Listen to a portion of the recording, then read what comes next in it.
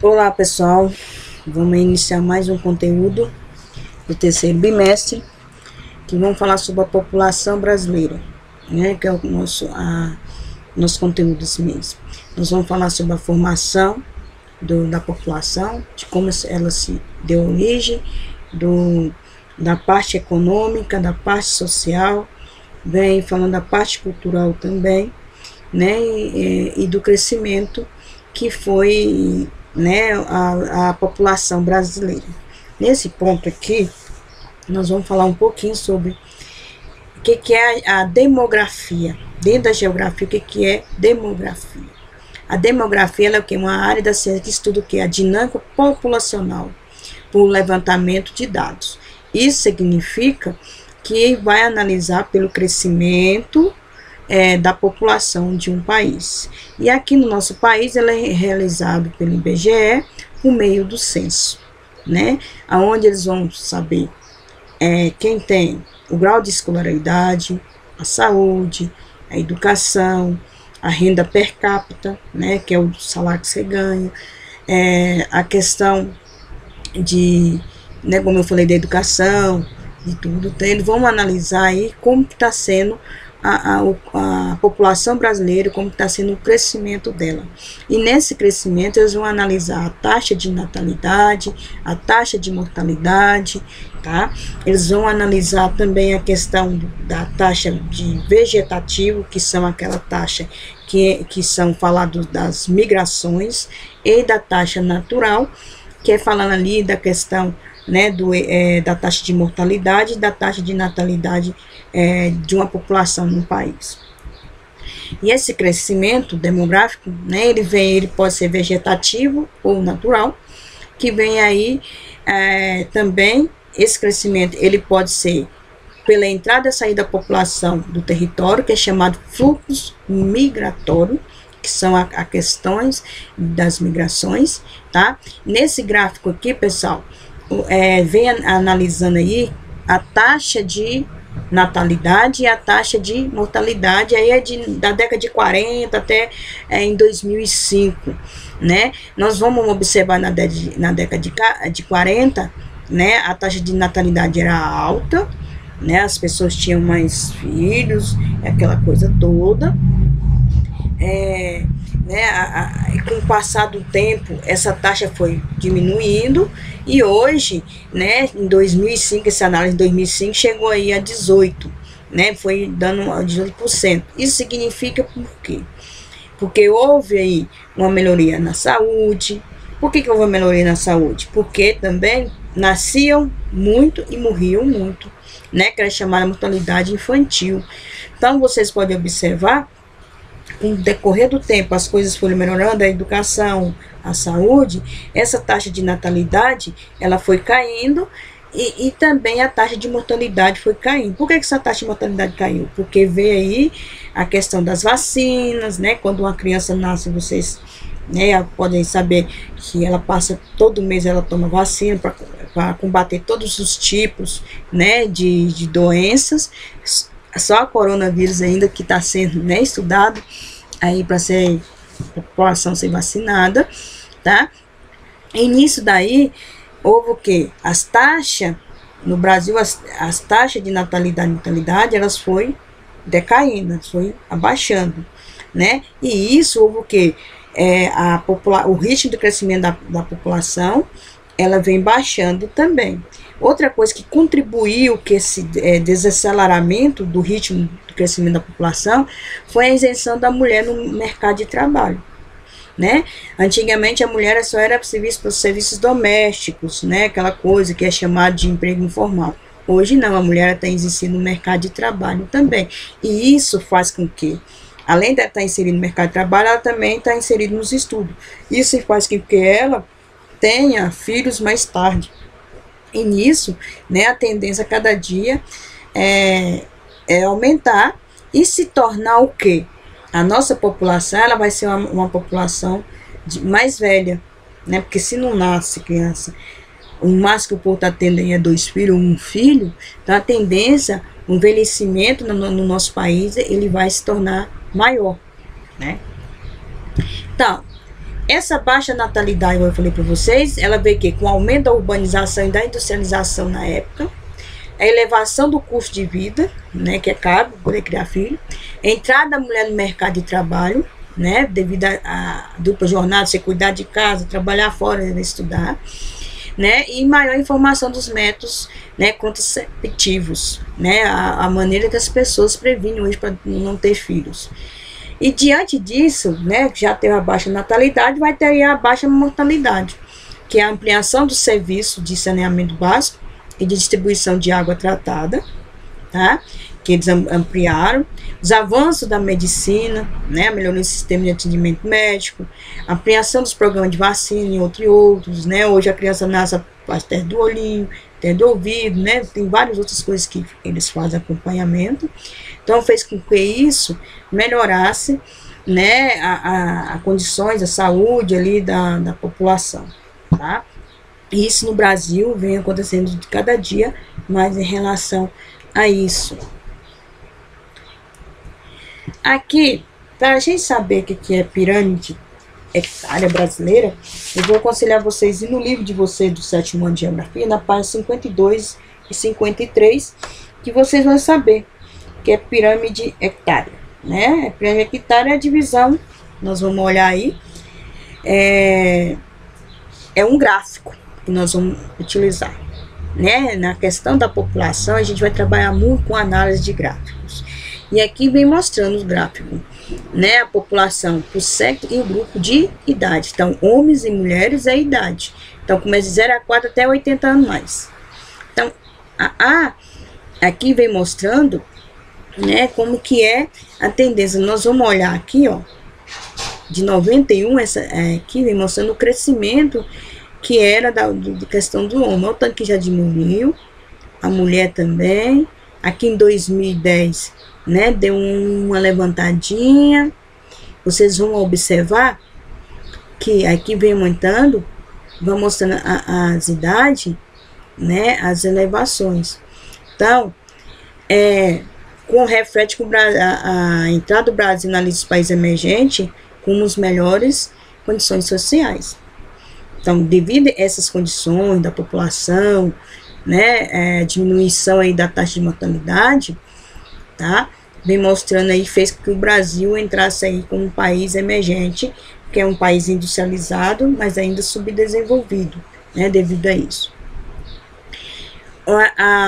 O Brasil, né, nós sabemos que é o 5º país mais populoso do mundo, que o primeiro é a China, né, mas seu povoamento é totalmente desigual, tá, como podemos observar no mapa aqui, ó, tá, aqui na região sudeste, onde foi a predominância da industrialização, da urbanização, a população é maior, como São Paulo é um estado mais populoso, né, então a região sudeste é a região mais populosa, aí vem a região sul, vem aqui o nordeste, o centro-oeste, né, perto aqui de Brasília também. E nós vamos olhar aqui na região norte, ela é totalmente menos povoada. Então, o que significa? Porque, né, alguns fatores físicos, outros fatores são questões de empregos, tá? Questões de avanço tecnológico, de melhores qualidade de vida, melhores qualidade de vida, né? Na década de 40, 50, havia muitas migrações aí dos nordestinos para São Paulo. Por que eles vinham? Devido às condições de trabalho que tinha melhor. Então, eles vinham para cá, né? Eles faziam essa migração de uma região para outra. Então, a região sudeste, né? São Paulo, Minas, Rio de Janeiro, eles foram muito. Naquela época, eles receberam muitas pessoas de outras regiões, como eles receberam de outros países também, né, devido a isso aí. A maior ocupação, pessoal, também se explica pelo nós podemos observar que aqui no litoral brasileiro, né, é uma grande equipagem, né, mais povoada devido ao que? O processo colonial de ocupação, porque a ocupação do Brasil começou pelo litoral brasileiro. Isso foi daí que foi se expandindo. Então, se nós formos pela questão ali do Espírito Santo, São Paulo, até mesmo essa região aqui Rio de Janeiro, essas outras aqui, ó, nós vamos observar que elas são povoadas, devido ao processo colonial que veio de lá, tá? O que são fluxos migratórios? Né? São deslocamento das pessoas dentro de um país ou de um país para o outro. Então, igual eu falei para vocês, naquela época começou a industrialização no Brasil, via muita gente do Nordeste para o Sudeste, que é principalmente São Paulo, porque era um processo de industrialização, era um processo de urbanização ali. Com a construção de Brasília, veio muitas pessoas para Brasília. Vocês podem observar, Brasília tem muita presença do Nordeste e também veio para cá. Em Goiânia, quando veio a construção de Goiânia, veio muito pessoal do Maranhão. Se a gente for passar em Goiânia, morar um pouco em Goiânia, observar que a população lá também é formada pelos maranhenses, porque veio na época da construção. Então surgiu emprego e muitos deles vieram, e onde formaram lá a questão dos, como se fala, a questão deles fazendo sua vida e assim se expandirem. Dentro desses deslocamentos, né, desses fluxos internos, pessoal, é dentro de um país, tá? Agora, quando é deslocamento externo, é de um país para o outro. E esses deslocamentos, eles são chamados emigrações e imigrações. Emigrações, se eu sair de pessoa para fora do país. Então, se eu sair do Brasil para os Estados Unidos, eu vou estar emigrando. E quando eu entrar dentro dos Estados Unidos, eu sou chamado de imigrante. Então, imigrante sai de um país para o outro. Imigrante é aquele que entra de um país para o outro, tá? Esses fluxos migratórios, vamos destacar que teve muito nessa época. Principalmente a região sul, a região sudeste, principalmente São Paulo. Nós vamos ver São Paulo no Nordeste também. Nós vamos ver aí muitos fluxos, destacando a vida dos portugueses, africanos e italianos. Tá? Naquela época, os portugueses africanos, eles foram os primeiros imigrantes brasileiros, né? E nessa questão, por exemplo, na época, veio a produção do café aqui no Brasil, nós tivemos aí a imigração italiana. Então, aí os italianos, né, vieram para cá. E naquela época, além deles, vinha também aquela coisa de missionários, né, os jesuítas, vinham evangelizar aqui e acabavam ficando por aqui. E além desses, né, dos portugueses, africanos, italianos, nós também tivemos aí japoneses, holandeses, nós tivemos outros países, né? Hoje nós temos aí a Líbia, a Síria, que vem para cá, muito para cá. Na região sul, por exemplo, tem uma predominância enorme. A região é totalmente de estilo europeu, porque ela foi colonizada ali pelos europeus, né? Tanto que eles querem dividir o sul do Brasil, aquela coisa toda. E uma observação, pessoal, quando se fala refugiados não é imigrantes. Refugiados são pessoas que saem de seus países por perseguição religiosa, por conflitos de guerra, né, por política, isso tudo, como no caso da Líbia, da Síria, né, que vieram para cá. Então, são pessoas que são expulsas do seu país. É totalmente diferente de imigração, tá? Aqui os fluxos migratórios internos aconteceu, olha só, quando eu falei para vocês, foram marcados pela atividades econômicas, tá? Por exemplo, o Goiás, ele foi colonizado pelos bandeirantes, que eram os paulistas, né? Os paulistas que nos colonizaram. Aí vem mostrando Minas, nós temos Goiás, que naquela época veio pela exploração do ouro, que nós vamos estar estudando aí o estado de Goiás, tá? Falando sobre isso. E esses fluxos migratórios internos, pessoal, eles aconteceram de uma forma que no nosso país, por exemplo, no Brasil, o interno ocorreu do Nordeste para o Sudeste na metade do século XX, como eu falei para vocês, devido ao processo de industrialização que aconteceu no Sudeste, na região Sudeste. E nos anos 60, com a construção de Brasília, tá? E na década de 70 veio as áreas de mineração no norte do país, né? Porque eles saíram daqui e já foi para o norte do país, onde eles descobriram lá a mineração e tudo isso. E isso, eles foi sendo atração de migrações internas. E muito hoje a gente vê isso. As pessoas saem de Brasília, vão morar no Nordeste, vão trabalhar lá, implantar lá, né? Outros mudam para questão de estudo, outros mudam questão de trabalho. Então essas migrações, esses fluxos migratórios internos, eles acontecem de cada momento, tá? E vamos falar um pouquinho das desigualdades sociais no espaço brasileiro, é o que nós vimos. E agora, nessa época da pandemia que nós estamos passando, gente, a desigualdade social no nosso país ficou estacada. Ela ficou assim, mostrando assim, a verdade que é o nosso país. A questão do negro, a questão de quem das pessoas de baixa renda, né? A tolerância das pessoas. Nós estamos passando por momentos críticos agora, vocês podem observar nesse momento, né? Como a desigualdade social ela vem aparecendo, né?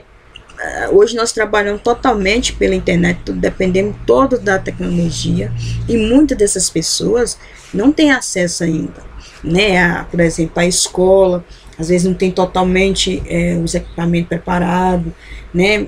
As pessoas, por exemplo, um pai, hoje, vou dar um exemplo para vocês, tem só um celular, sem que tem 3 crianças que precisam fazer as atividades, ter essa aula online. Então, a desigualdade social, ela estampou, ela mostrou a realidade mesmo do nosso país, né? Pessoas que têm alto padrão, pessoas que, né, estão morando numa situação crítica, né? Quem é rico, que por exemplo pega o coronavírus, ele pode ficar isolado na casa dele, mas lá no quarto dele tem um banheiro, tem tudo. Agora vocês imaginam quem mora na favela, agora nós estamos vendo aqui, ó, tá vendo aqui? Ou que mora numa casa que só tem um banheiro, que só tem um banheiro, e mora todo mundo, 6, 4 pessoas.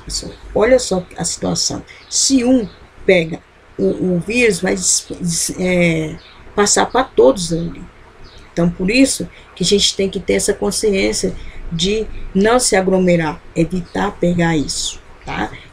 Evitar que esse vírus se alastre em relação a isso. Então, vocês vão olhar nessas imagens aqui, casa de alto padrão.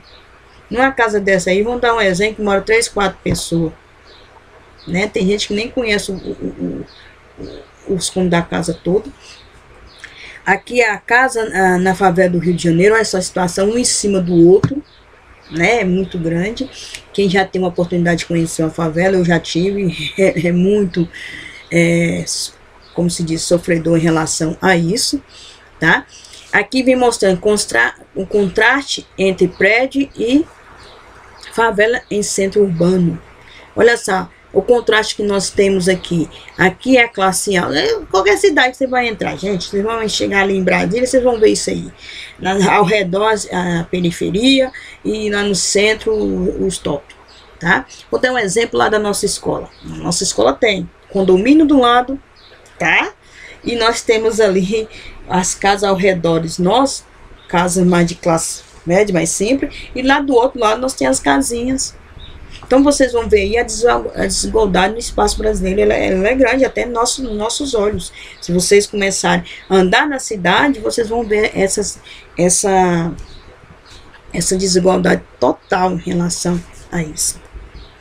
A distribuição de renda, né? Nós sabemos que a população ela varia de acordo com os estados da região. Nós tivemos um grande exemplo disso daí, na região norte mesmo, né? Uma região aonde, né, a predominância dos índios, a predominância dos madeireiros, né, é muito grande. Então, é muito na mão de pouco e pouco na mão de muito, tá? Então, o poder, ela é totalmente desigual no nosso país. Se é desigualdade social, igual eu vim falar para vocês aí, com certeza a distribuição de renda também é desigual também.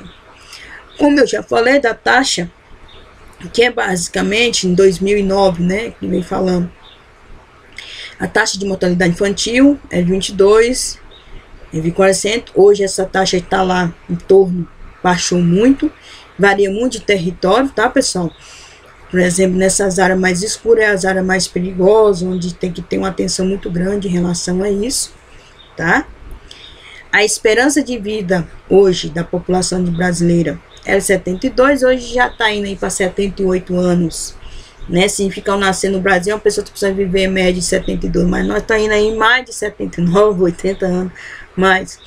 Isso devido que as condições de vida que nós estamos tendo, tá? A qualidade de vida que nós estamos tendo, de se alimentar melhor, de praticar exercício, de ir no médico regularmente. Hoje nós vemos muito aí, vocês que têm avós, vocês veem muito um programa que tem na cidade falando sobre isso, né, que como eles cuidam ali, de ter um grupo de medir pressão, de acompanhar a diabetes, de fazer exercício com eles, tem tudo ali pro idoso hoje, né, a parte de atividade física, a parte de médica, no nosso país tem e aqui na nossa cidade tem. Se você fazer uma pesquisa entre os seus avós, em seus tios, pessoas, eles vão te falar isso.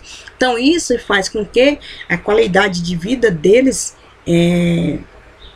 se prolonga mais, a vida deles se prolonga mais, que eles vivem mais, tá? Por isso que eu falo, nós, né, vocês estão novos, procura ter uma vida saudável, uma vida de dormir bem, uma vida de comer bem, uma vida de praticar exercícios, fazer as coisas boas, que com certeza a vida de vocês será mais longa, tá? Alfabetização e escolaridade, né? Alfabetização é a capacidade de ler, de escrever e entender aquilo que foi lido e escrito. Esse é um grande poder nosso, de saber escrever e ler, mas não entender aquilo que está sendo lido e está sendo escrito, pessoal, tá? Então, isso se chama alfabetização. E, ultimamente, nós estamos vivendo num mundo de alfabetização funcional. Pessoa que sabe ler e escrever, mas não sabe entender o que fala. E a gente tem que ter essa noção. A gente tem que saber entender aquilo que foi lido, aquilo que foi escrito, né? Vamos dar um exemplo quando a gente passa atividade para vocês. Você tem que ler, reler, entender. Isso se chama alfabetização. Aquele que escreve, lê e não entende o que ele escreveu, gente, ele não é um alfabetizado funcional. Escolaridade é a quantidade de anos estudado que você tem. No nosso país tem muito, né? Já tem muito isso, né? De crianças tá fora da escola, mas hoje, né, vem aí tendo, a criança que tá na escola, quem tá estudando. A maior taxa de alfabetização fica na região centro-sul, né? O Nordeste, estado do Acre, Amazonas, as piores taxas, mas entre aspas, né? Esse ano, o Nordeste tá aí com uma escola, uma cidade chamada Sobral, que tá se destacando aí no ensino fundamental 2, aí em questão de uma melhor educação. Então, hoje estão crescendo, vem cada dia sendo evoluído isso, tá?